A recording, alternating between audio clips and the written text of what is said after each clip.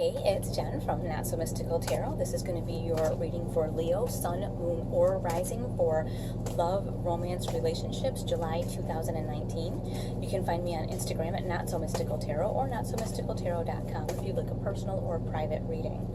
I try to keep these short so you do have time to watch your Moon and Rising to give you a little more clarification because it's a general reading, okay? All right, let's get started with our single Leos. We're going to also do married or partnered, and then we'll do self-care, okay? But I'll keep it quick. So, single Leos. Oh my God. Every single sign has gotten pentacles so far. Everybody is like working really hard and trying to do some stuff, and for the single Leos, it looks like you're working really hard. You're racking up some serious work brownie points if you're working at your job really hard. You also could be like working hard to like buy a house, working hard to get a promotion. Maybe you're working on your body, like you're exercising, and but whatever it is, you're working super hard on something in your tangible life. Something, maybe you're just cleaning out your house, you're redoing things. Whatever you're doing, you're working super, super hard on it. And the thing is, it's really starting to show. You're really getting some good results from that. But everybody is getting this "I'm working so hard" thing going on. What is that about? I'm just trying to get another card to give us a little more information here. Okay, you got this Page of Cups showing up here.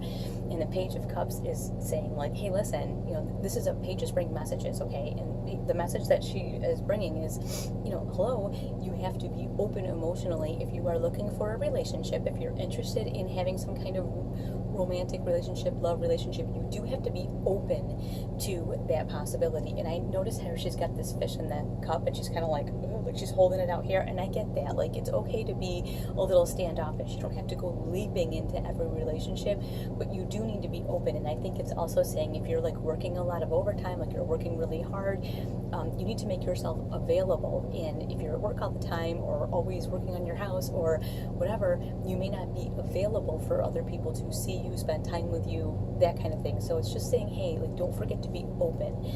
Even though you're like really focused and you're seeing all these results, you want to make sure that you're open to a relationship or a love interest or whatever. I mean, because that's why you're watching this, right? Like, you're not watching this for other advice. You want to know about love. So you really need to be open. And like I said, you may be hyper-focused on work or some kind of physical metamorphosis that's going on with you personally or your house or whatever, but your finances, whatever it is. But you do need to be open to receive love and to receive like messages of like, hey, this person likes you, because you might just be like so focused you don't even notice. We all have that kind of stuff happen. I'm going to move to our partnered or married Leos.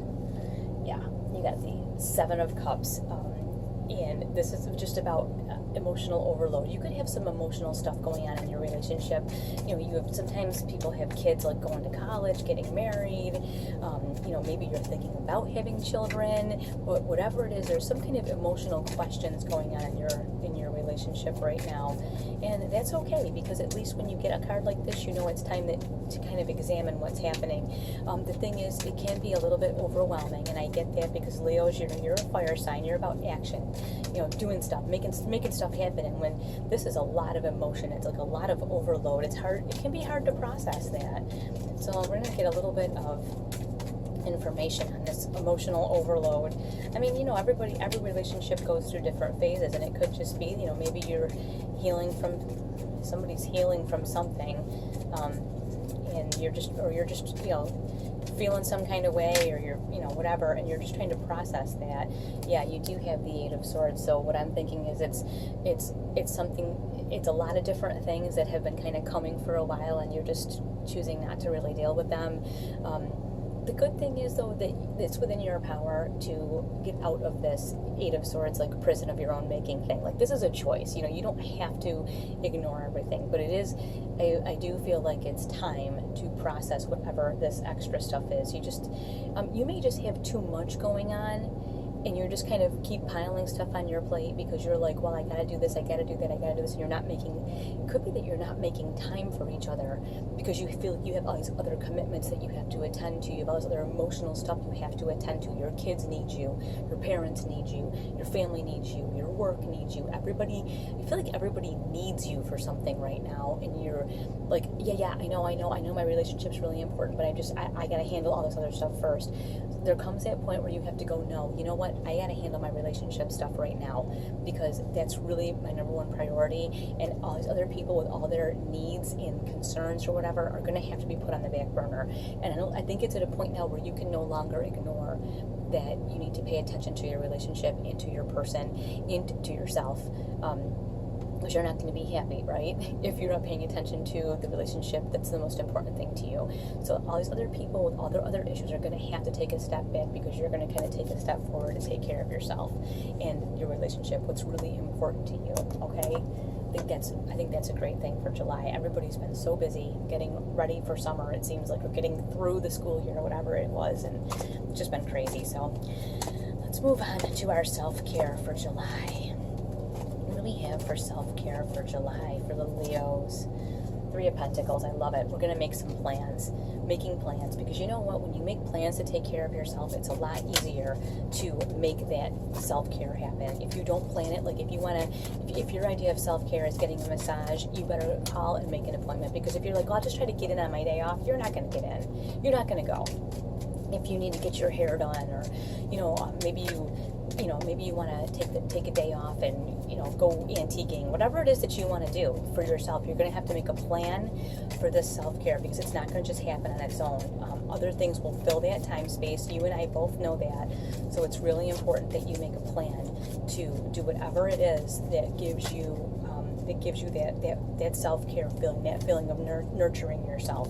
And then you have the Knight of Swords, which is like, the Knight of Swords brings huge energy, but it's that like tactical energy. Like it's just intellect, raw intellect. It isn't smushy and hearts and flowers, and it's just saying, listen, you need to use your intellectual brain and say, listen, this is the plan that I have for my self-care. This is exactly how I'm going to execute that, and then that's what you do, period. There's no exception. So really important. I feel like the self-care for the Leos is really important this month. You've got a lot going on, okay? So make a plan, make those appointments, make that self-care happen, and I think you will be on the right track to feeling much better about your relationships, yourself, everything. All right, I will talk to you all soon. Thanks for watching.